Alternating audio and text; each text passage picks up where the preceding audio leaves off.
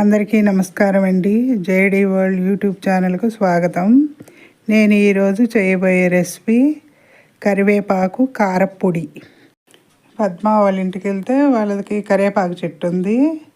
కొంచెం కరివేపాకు అడిగితే కొంచెం ఎక్కువే ఇచ్చింది పద్మ.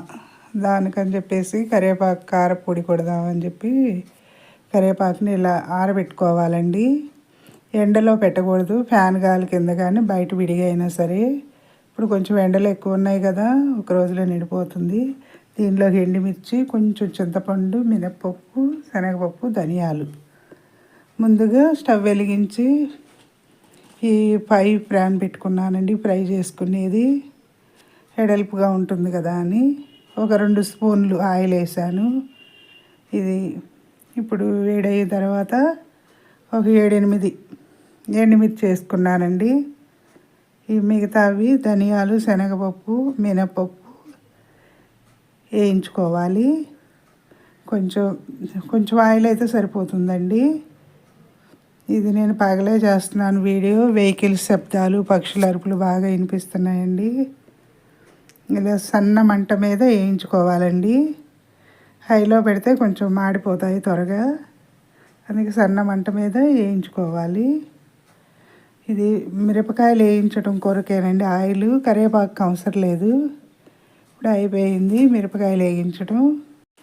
ఇవి ఇదివరకు అమ్మమ్మ వాళ్ళు కరివేపాకు కారం, ఎండుమిర్చితోటి నల్ల కారం అని చేసేవాళ్ళండి. వర్షాలు పడినప్పుడు కాస్త నోటికి వరగా ఉంటుందని చెప్పి జలుబులు చేసినా కూడా ఈ కారపొళ్ళే కుట్టేవాళ్ళండి, రోట్లో దంచేవాళ్ళు. నేను కూడా అలా చేస్తాను ఎక్కువ శాతం. ఎప్పుడైనా వర్షం పడి వీలు పడినప్పుడే మిక్సీలో వేస్తానండి. ఈ ఎండుమిర్చి దినుసులు కూడా వేగిపోయినాయి. ధనియాలు, శనగపప్పు, మినపప్పు ఇవి వేరే గిన్నెలోకి తీసుకుంటున్నానండి వీటిని. ఇప్పుడు ఈ కరివేపాకు 2 గుప్పుళ్ళు అయ్యింది. కొంచెం మగ్గిపోయిన తర్వాత గ్రీన్ కలర్లోనే ఉంటుందండి కారపొడి కూడా. ఇప్పుడు ఇందులో ఇంకా వేరే ఆయిల్ వేయ అవసరం లేదు. పుట్టిగా అలా వేయించాలండి. అంటే నలిపినప్పుడు క్రిస్పీగా అయిపోవాలన్నమాట, చేతికి నలిగిపోతుంది. అలా సన్న మంట మీద కొంచెం టైం ఎక్కువ తీసుకున్నా మన పిల్లలకి మనం వండి పెట్టుకోవడంలో ఇదేముందండి. ఇలా కరివేపాకుని వేయించుకోవాలండి సన్న మంట మీద. నాకు మా అమ్మమ్మ వాళ్ళు ఏం చేసి పెట్టారో అవే మా బాబుకు కూడా చేస్తానండి. ఇప్పుడు ఇలా డ్రై అయింది కదా, ఇంకా కొంచెం ఒకసారి నలిపి చూసుకుంటూ ఉండాలి. ఆకును పట్టుకుంటే మరమరలాడిపోతుంది అన్నమాట. ఇది ఎక్కువ మంటలో వేయిస్తే మాడిపోతుందండి ఆకంతా కూడా. సన్న మంట మీదే వేయించుకోవాలి. ఇంకా ఒక్కొక్కటి అక్కడక్కడ కొంచెం మెత్తగా ఉంది. ఇంకొక 5 మినిట్స్ ఉంచుకుంటే సిమ్లో పెట్టి వేయిస్తున్నాను కదా, అయిపోయింది. ఇప్పుడు రోట్లోనేనండి దంచుతున్నాను. ఎండుమిర్చి, మినపప్పు, శనగపప్పు, ధనియాలు వేసి చింతపండు కూడా వేసేసి దంచాలండి. దీంట్లోనే కాస్త గళ్ళుప్పు తగినంత. ఇప్పుడు దీనిలో గళ్ళుప్పు కూడా వేసి చక్కగా అదంతా కూడా మెత్తగా నలిగేదాకా కూడా దంచుకోవాలండి రోట్లో. ఎంతైనా కూడా రోట్లో నూరింది వేరుగా ఉంటుందండి. కారప్పొడి అవనండి, ఏదైనా కూడా మసాలా కూడా. నేను ఎక్కువ శాతం ఇప్పుడు గళ్ళుప్పు వేస్తున్నానండి కొంచెం నలిగిన తర్వాత. ఇప్పుడు దీన్ని మెత్తగా నూరుకోవాలి రోట్లో. ఆ తర్వాత అది నలిగిన తర్వాత చూసుకుని అప్పుడు కరివేపాకు వేసుకోవాలండి. సబ్స్క్రైబర్స్ పెరగటం లేదండి, సబ్స్క్రైబ్ చేయండి, లైక్స్ చేయండి, మీ ఫ్రెండ్స్కి షేర్ చేయండి. మరిన్ని వీడియోస్ చేస్తానండి. నా వీడియోస్ ఎలా ఉన్నాయో మీరు కూడా చేసి కామెంట్స్లో పెట్టండి. ఇలా చేయటం వల్ల మనకి శారీరక వ్యాయామం ఉంటుంది, చేసుకుని పిల్లలకు వండి పెట్టుకున్నాం అనే తృప్తి కలుగుతుంది కదండి. అందుకని ఎక్కువ శాతం నేను ఇంట్లో ఫుడ్డే పెడతాను బాబుకి.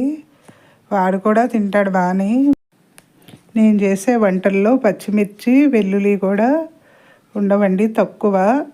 ఇలా కారపొడి, చట్నీ చేసినప్పుడు వేస్తాను వెల్లుల్లి. ఇప్పుడు మిర్చి నలిగింది కదండి, ఇప్పుడు వేయించి పెట్టుకున్న కరివేపాకు వేసి దంచుకోవాలండి. ఇది కూడా చక్కగా పౌడర్ ఇల్లా అయిపోతుంది.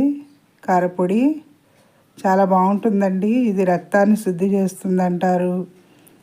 హెయిర్కి కూడా చాలా మంచిదండి, కంటి చూపుకి. చాలా రకాలుగా ఉపయోగాలు ఉన్నాయి కరివేపాకు వల్ల. మనకు తెలియక ఇదివరకు అంటారు కదా మాటల్లో, కూరలో కరివేపాకు తీసినట్టు వేస్తున్నావు అని. కరివేపాకు తీయకూడదండి, కడుపులోకి వెళ్తేనే మంచిది మనకి. ఇలా మెత్తగా అయిపోతుంది.